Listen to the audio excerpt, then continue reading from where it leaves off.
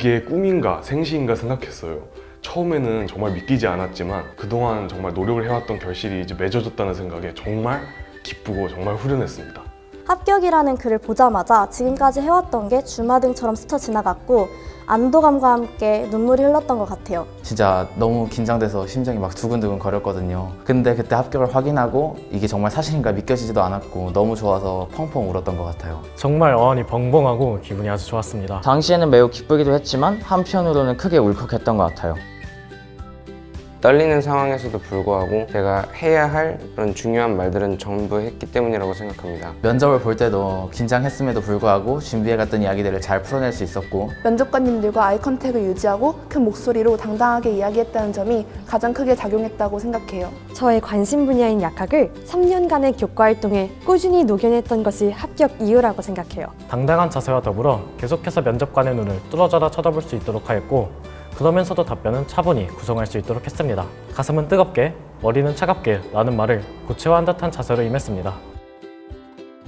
평소 영어랑 사회 분야에 관심이 많았는데 이를 만족시켜줄 수 있는 곳이 특목자사고라고 생각했어요. 특히 동탄국제고의 다양한 동아리는 저의 관심 분야에 대한 지식과 경험을 쌓는 데 도움이 될 거라 확신했어요. 저는 어차피 할 고등학교 생활, 남들보다 특별한 경험을 하고 싶어 특목자사고 진학을 결심했어요. 그중 국제교육과정과 글로벌 코어 교육을 운영하고 있는 경기외고는 국제판사로서의 자질을 기르는 데 도움이 될 거라 생각해 지원했어요. 한 번뿐인 고등학교 3년을 평범하게 보내고 싶지 않았어요. 영어를 정말 좋아하기 때문에 다양한 외국어 프로그램이 있는 외국어 고등학교에 입학해서 특별한 공부를 하고 싶어서 진학을 결심하게 되었어요. 생활기록부 관리에 있어서는 딱 한 줄만 말하고 싶어요. 나에게 필요하다면 무조건 해라. 입시를 준비하면서 이건 안 중요하다던데, 이건 생기부에 안 들어간다던데 라는 말을 많이 들었어요. 저 역시 처음에는 그럼 하지 말까? 라는 유혹에 흔들렸지만 의미 없는 활동은 없다는 생각에 필요한 활동은 무조건 참가했어요. 제가 생기부를 관리할 때 가장 중점을 두었던 부분은 동아리입니다.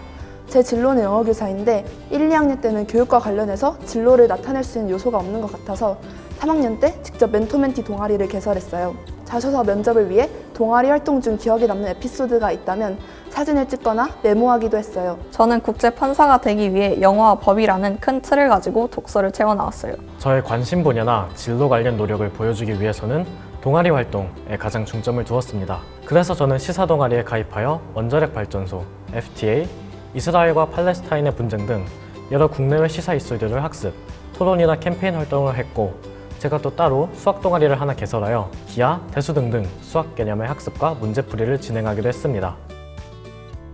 저는 확실한 꿈과 그 꿈을 위해 나아가는 과정 속에서 실천한 활동들을 함께 잘 녹여내려고 노력했습니다. 저의 꿈은 외교관인데 이를 이루기 위해서는 현재 일어나고 있는 사회 문제에 관심을 갖고 이를 해결하기 위한 해결 방안을 고민해야 된다고 생각했습니다. 그래서 자기소개서에서 미얀마 쿠데타를 주제로 해결이 어려운 이유와 제가 생각하는 해결 방안을 작성하였습니다. 저는 제가 실제로 겪은 일을 거짓 없이 쓰는 것을 가장 중요하게 여겼습니다. 거짓을 첨가하게 되면 자소서가 오히려 부자연스러워지고 그 거짓 속에서 나오는 질문들이 면접에서 저의 허점으로 작용할 것이라고 생각했기 때문입니다. 수업 시간에 배웠던 내용을 아는 것에만 그치지 않고 스스로 궁금한 내용을 찾아 탐구해 나가는 모습이 저의 자기주도적 역량을 잘 보여줄 수 있을 것이라 생각했어요. 그래서 교과와 연계해 스스로 탐구했던 과정을 자소서에 보여주려 노력했어요.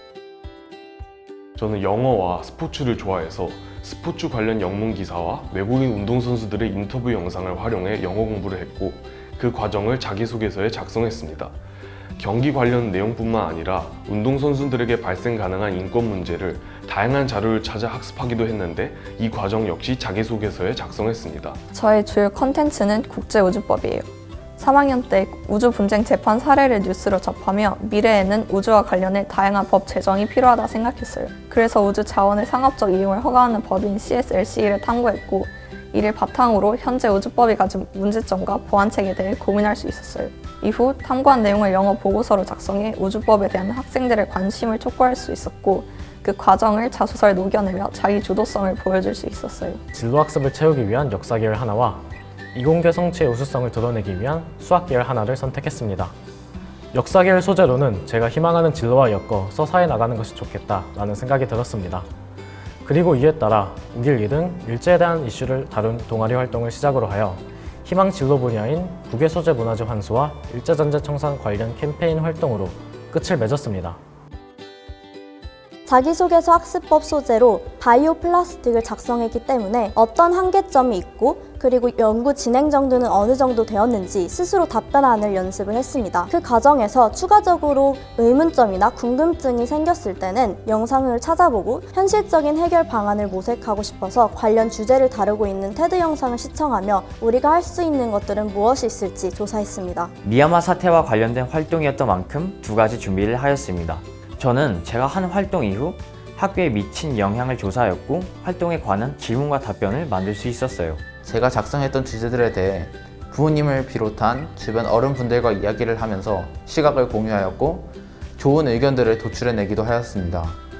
여러 가지 모든 것들에 대해 광범위하게 공부하는 것보다는 자소서 내용과 꼭 필요한 부분들만 제대로 공부하여 자신이 다른 중3 학생들과 다르다는 것을 면접관 선생님들께 각인시킬 수 있도록 하는 것이 중요합니다. 예상 문제에 대한 답변을 절대 암기하지 않고 키워드 중심으로 이해하는 것이 가장 효과적이라고 생각해요. 예를 들어서 체벌에 대한 대응책에 대해 답변을 하고 싶다면 답변을 줄줄이 외우지 않고 체벌금지법 홍보 문서 및 전단지 배포 또는 훈육방법 조언 등의 키워드 중심으로 기억하는 방법이었습니다. 제가 생각하는 면접을 잘하는 방법은 다른 사람 앞에서 많이 연습해보는 것이라고 생각합니다. 물론 사람마다 다르겠지만 저 같은 경우에는 친구들이나 부모님 같이 익숙한 사람들이라도 진지한 태도로 모의 면접을 진행하게 되면 상당한 긴장을 수반한다고 생각합니다. 이런 긴장감 속에서도 자신이 할 말을 조리 있게 할 수 있는 그런 연습이 되어 있는 사람은 실제 면접을 볼 때 훨씬 수월하게 볼 수 있을 것이라고 생각합니다. 저는 콘텐츠에 대한 이해가 가장 중요하다고 생각해요.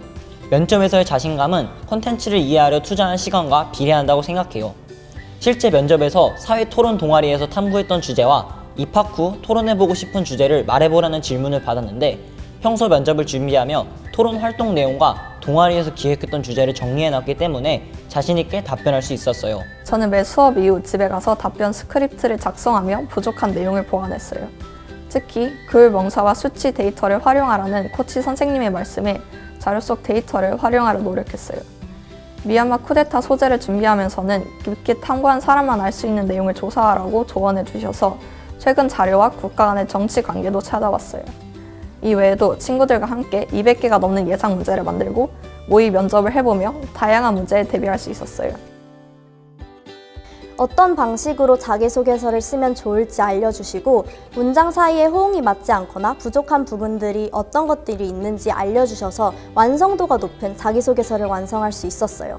또한 면접 연습을 통해 빠르게 답변하는 습관을 고칠 수 있었고 추가적으로 조사해야 하는 것들은 무엇이 있는지 알려주셔서 깊이 있게 답변할 수 있었습니다. 생기부 컨텐츠가 부족했던 제가 어떤 식으로 작성해야 제가 가진 장점을 조금 더 돋보이게 하고 어떻게 해야 컨텐츠들과 사례들이 저를 조금 더 빛나게 해줄 수 있을지 방향성을 잡는 데 굉장히 큰 도움을 받았었습니다. 자기소개서를 작성하다 보면 주장이 추상적이거나 탐구 과정이 구체적이지 않은 경우가 많았는데 제노스에서 자기소개서 컨설팅을 받으며 개선할 수 있었어요. 그래서 숫자와 명사를 활용해 탐구하는 내용을 구체적으로 작성하려 노력했고 탐구했던 자료와 내용, 나의 생각까지 덧붙여 심도 있는 탐구 과정을 드러낼 수 있었어요. 면접에서 질문의 요지를 제대로 파악하고 학교가 원하는 저만의 이야기를 이끌어낼 수 있도록 하는데 입시 컨설팅을 통해서 알 수 있게 되었어요. 제가 지원한 학교 인재상에는 봉사인, 창의인, 세계인이 있는데 입시 컨설팅을 통해서 위 인재상에 충족하는 답변을 지속적인 연습과 수정을 통해서 만들 수 있게 되었어요. 처음에는 면접이 익숙치 않아 횡설수설하는 모습을 많이 보였는데 담당 선생님과 1대1로 답변 구성부터 컨텐츠 보완까지 피드백을 받으며 보완해 나갈 수 있었어요. 모의 면접이 여러모로 실전과 정말 비슷해서 더 연습하고 마음가짐을 정비하는 계기가 되었던 것 같아요. 실제로 저는 첫 모의 면접 날 선생님께서 자소서를 보시고 랜덤으로 주신 문제가 실전에서 나와서 자신감 있게 답변할 수 있었어요. 또 제 면접 컨텐츠를 보충할 수 있는 책을 추천해 주시기도 해서 정말 감사했어요. 나 같은 인재를 지원교가 놓칠 수 없다라는 마음가짐으로 준비에만 전념했어요. 그런 자기 확신이 있었기 때문에 힘든 입시 준비에도 포기하지 않고 이렇게 좋은 결과를 얻을 수 있었다고 생각해요. 이제 처음부터 완벽할 수는 없다고 생각합니다. 저도 처음에는 준비가 전혀 되어 있지 않아서 많이 어려움도 겪었고 연습하면서 좌절감도 많이 겪었습니다. 그러나 부족하더라도 자신을 믿고 꾸준히 연습하다 보면 좋은 결과가 있을 겁니다. 면접관 선생님들도 다 중3 친구들이 어느 정도까지 말할 수 있는지 다 아시니까 다른 중3 학생들보다 조금 더 많은 지식을 가지고 있다 정도로만 보여주면 되니까 너무 긴장하지 않았으면 좋겠습니다. 본인만의 길을 개척하는 것이 힘들지 몰라도 언젠가 빛을 꼭 바라니 끝까지 포기하지 않고 본인만의 길을 개척하길 응원하겠습니다. 입시 결과에 연연하기보다 준비 과정에서 성장하는 본인에게 집중할 수 있어야 해요. 저 역시 입시를 준비하며 량리학자의 꿈을 구체화할 수 있었고 관련 활동을 주도적으로 실천해 나가면서 다양한 지식과 경험을 쌓을 수 있었어요. 실패가 두려워 주저하기보다는 적극적으로 도전해 이전보다 더 성장한 자신을 만나볼 수 있기를 바래요. 화이팅! 파이팅! 화이팅! 입시전략연구소 화이팅! 화이팅! DYB 화이팅! DYB 화이팅! 화이팅! DYB 화이팅!